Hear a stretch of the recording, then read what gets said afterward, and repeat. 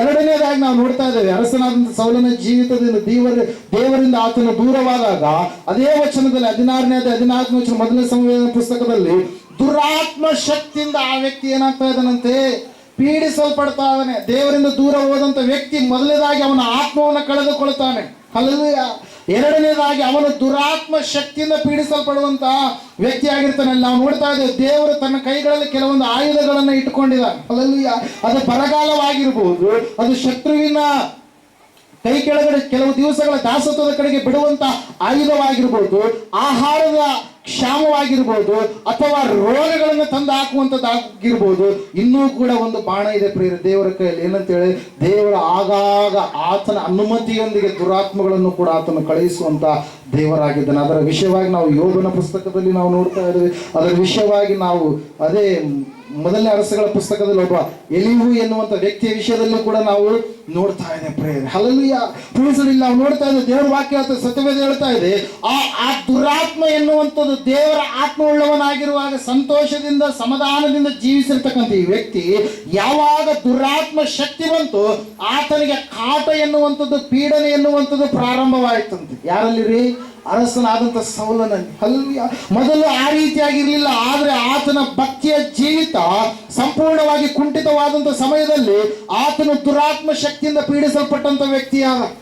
ಯಾವ ವ್ಯಕ್ತಿ ಅಂದರೆ, ದುರಾತ್ಮ ಶಕ್ತಿಗಳು ಆತನನ್ನು ಆಳ್ವಿಕೆ ಪಡೆದುಕೊಂಡು ಆತನ ಮನಸ್ಸು ಗಲಿಬಿಲಿ, ಆತನಲ್ಲಿ ಚಿಂತೆಯ ಒಂದು ವಾತಾವರಣ. ಅಯ್ಯೋ, ಯುದ್ಧಕ್ಕೆ ನಾನು ಕಳಿಸಿದರೆ ನನಗೆ ಸೋಲೆ ಸಂಭವಿಸುತ್ತೇನೋ, ನನ್ನ ಮುಂದಿನ ಒಂದು ದಾರಿ ಏನಾಗುತ್ತೋ ನನಗೆ ಗೊತ್ತಿಲ್ಲ. ಯಾಕಂದ್ರೆ ಆ ದುರಾತ್ಮಗಳು ಏನ್ ಮಾಡ್ತಾವ್ರಿ?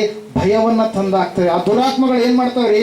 ಶರೀರದ ಮೇಲೆ ಸ್ವಾಧೀನವಿರಲಾರಂತ ಒಂದು ಸ್ಥಿತಿಯ ಕಡೆಗೆ ನಡೆಸಿಕೊಂಡು ಹೋಗ್ತವೆ. ದೇವರ ವಾಕ್ಯ ಹೇಳ್ತಾರೆ, ಸತ್ಯವೇದ ಹೇಳ್ತಾ ಇದೆ, ಆ ದುರಾತ್ಮಗಳು ಆತನಲ್ಲಿ ಬಂದಾಗ ಅಲ್ಲಿರ್ತಕ್ಕಂಥ ಸೇವಕರು ಹೇಳ್ತಾ ಇದ್ದಾರೆ, ದೇವರಿಂದ ದುರಾತ್ಮ ಬಂದಿದೆ, ದುರಾತ್ಮ ಹೋಗ್ಬೇಕಾದ್ರೆ ಆ ರೀತಿಯಾಗಿ ವಾದ್ಯವನ್ನ ಬಾರಿಸುವಂತ ವ್ಯಕ್ತಿ, ಆ ಯೆಹೋವನಿಂದ ಆಶೀರ್ವದಿಸಲ್ಪಟ್ಟಂತ ವ್ಯಕ್ತಿ ಆಗಿರ್ತಾರೋ ಆತನ ನಿನ್ನ ಬಳಿಗೆ ಕರೆದುಕೊಂಡು ಬಂದಾಗ, ಆತನು ತನಗಿರುವಂತ ವಾದ್ಯವನ್ನು ಬಾರಿಸಿದಾಗ ನಿನ್ನ ದುರಾತ್ಮ ಓಡಿ ಹೋಗುತ್ತೆ ಅನ್ನುವಂಥ ಸಲಹೆಯನ್ನು ಕೊಟ್ಟಾಗ ಈಶಾಯನ ಮಗನಾದಂತ ದಾವೀದನನ್ನ ಏನ್ ಮಾಡಿದ್ರಂತೆ?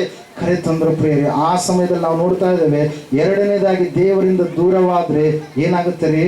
ದುರಾತ್ಮ ಪೀಡಿಸಲ್ಪಡುವಂತ ವ್ಯಕ್ತಿಗಳು ನಾವು ಆಗ್ತೀವಿ. ನಮ್ಮ ಒಂದು ಮುಂದಿನ ಭವಿಷ್ಯತ್ತಿನ ಕುರಿತಾಗಿ ಭಯ ಎನ್ನುವಂಥದ್ದು, ಅಸಮಾಧಾನ ಎನ್ನುವಂಥದ್ದು, ಏನಾಗುತ್ತೆ ಎನ್ನುವಂಥ ದಿಗುಲು ಎನ್ನುವಂಥದ್ದು ಇರುತ್ತೆ. ಒಂದು ಕುಟುಂಬ, ಆ ಕುಟುಂಬದಲ್ಲಿ ಇರ್ತಕ್ಕಂಥ ಎರಡು ಕುಟುಂಬಗಳಲ್ಲಿರ್ತಕ್ಕಂಥ ಇಬ್ಬರು ವ್ಯಕ್ತಿಗಳು ಏನಾಗಿದ್ದಾರೆ ಅಂದ್ರೆ ದುರಾತ್ಮ ಶಕ್ತಿಯಿಂದ ಪೀಡಿಸಲ್ಪಟ್ಟಿದ್ದಾರೆ. ಮಾರ್ಕನ ಬರೆಸುವಂತ 5ನೇ ಅಧ್ಯಾಯದಲ್ಲಿ ಯೇಸು ಸ್ವಾಮಿಯವರು ಆ ಒಂದು ಸ್ಥಳಕ್ಕೆ ಹೋಗ್ತಾ ಇದ್ದಾರೆ. ಹಲ್ಲೆಲೂಯಾ. ಆ ಸ್ಥಳಕ್ಕೆ ಹೋಗ್ತಾ ಇದ್ದಾರೆ. ಆ ಒಂದು ಪೀಡಿಸಲ್ಪಟ್ಟಂತ ಆ ವ್ಯಕ್ತಿಗಳು ಬಟ್ಟೆ ಪರಿವೆ ಇಲ್ಲದೆ ಮೈ ಮೇಲೆ ಬಟ್ಟೆಗಳೆಲ್ಲ ಬೆತ್ತಲೆಯಾಗಿದ್ದಾರೆ ಇಬ್ಬರು. ಹಲ್ಲೆಲೂಯಾ. ಅಲ್ಲಿ ನಾವು ನೋಡ್ತಾ ಇದ್ದೇವೆ, ಅವರು ಕಲ್ಲುಗಳನ್ನು ತೆಗೆದುಕೊಂಡು ತಮ್ಮ ಮೈಯನ್ನ ತಾವೇ ಗಾಯ ಮಾಡಿಕೊಳ್ತಾ ಇದ್ದಾರೆ. ಹಲ್ಲೆಲೂಯಾ. Praise Lord. ತಮ್ಮ ಒಂದು ಜೀವಿತ ತಮ್ಮದೇ ಅಲ್ವಾ ದೇಹ ಎನ್ನುವಂತ ಪರಿವು ಇರ್ಲಾರ್ದ ಹಾಗೆ ಅವ್ರು ಏನ್ ಮಾಡ್ತಾ ಇದಾರ್ರಿ? ಗಾಯಗಳನ್ನ ಮಾಡಿಕೊಳ್ತಾ ಇದ್ದಾರೆ. ಕಾರಣ ಏನಂತಂದ್ರೆ ಅವ್ರ ಕಂಟ್ರೋಲ್ ಅಲ್ಲಿ ಅವ್ರಿಲ್ಲ. ಅವ್ರು ಹೆಂಗಿದಾರ್ರಿ?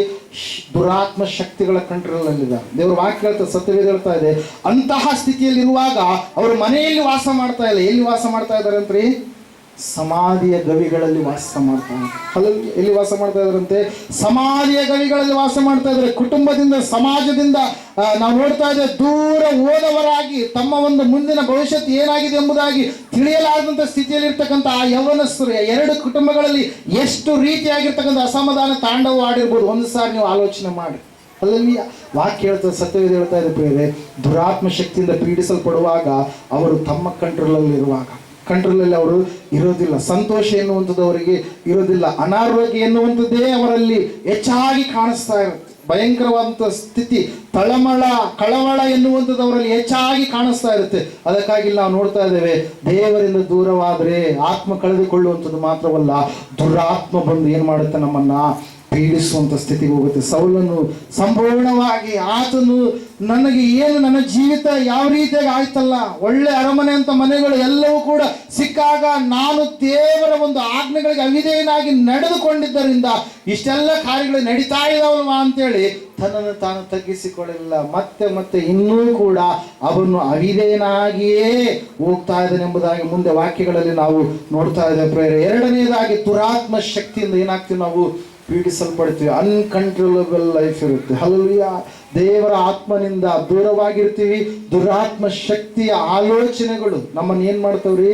ಪ್ರೇರೇಪಿಸುವಂತವುಗಳಾಗಿರ್ತವೆ. ಅವರು ದೇವರ ಸನ್ನಿಧಾನದಲ್ಲಿ ಬರೋದಕ್ಕೆ ಅವುಗಳು ಏನ್ ಮಾಡಲ್ಲ, ಇಷ್ಟಪಡೋದಿಲ್ಲ. ಆದ್ರೆ ಯೇಸು ಪುನಃ ನಿನ್ನ ಬಳಿಗೆ ಬರುವಾಗ, ನೀನು ಪುನಃ ದೇವರ ಒಂದು ಸನ್ನಿಧಾನಕ್ಕೆ ಬರುವಾಗ, ನಿನ್ನ ದುರಾತ್ಮ ಶಕ್ತಿ ಒಂದಲ್ಲ 6,000 ದುರಾತ್ಮಗಳು ನಿನ್ನನ್ನು ಹಿಡಿದ್ರು ಕೂಡ ಆ ದುರಾತ್ಮಗಳಿಂದ ದೇವರು ನಿನ್ನನ್ನು ಏನ್ ಮಾಡ್ತಾನೆ?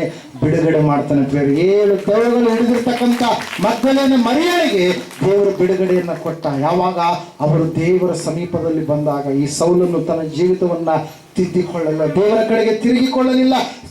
ತನ್ನನ್ನು ಅಭಿಷೇಕಿಸತಕ್ಕಂಥ ಸಮುವೇಲನ ಮಾತನ್ನ ಕೇಳಲಿಲ್ಲ, ತಳ್ಳಿಬಿಟ್ಟ. ಪ್ರವಾದಿಯ ಮಾತನ್ನ ಕೇಳಲಿಲ್ಲ. ಗುರುವಿನ ಮಾತಿಗೆ ಗೌರವ ಕೊಡದೆ ಅವಿಧೇಯನಾಗಿ ನಡೆದುಕೊಂಡ ಪ್ರೇರ